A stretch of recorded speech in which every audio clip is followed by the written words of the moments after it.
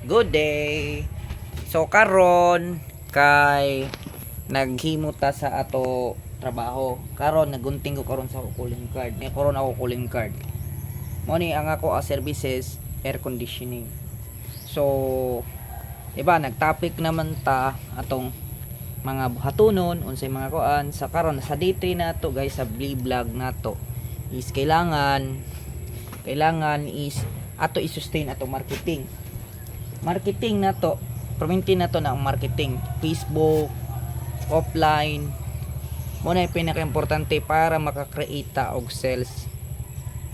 Kay kung di ka kamo mag-marketing, di ka kakuha og dagan sales.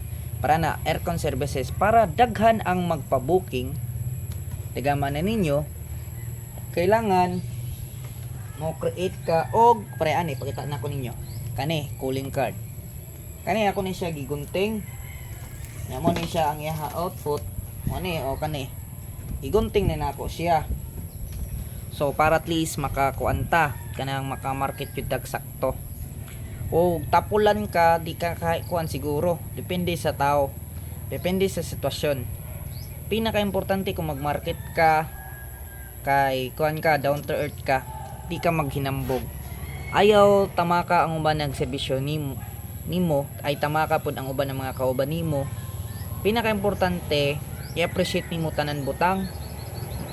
Kailangan na kay gratitude bisag naay problema magpasalamaton gihapon ka. Kay ngano sa ina pinagi ana makakaton ka at the same time. Sa marketing daghan kayo og mga kailangan buhaton pre ani nagkuang ko sa calling card nako. Kay di man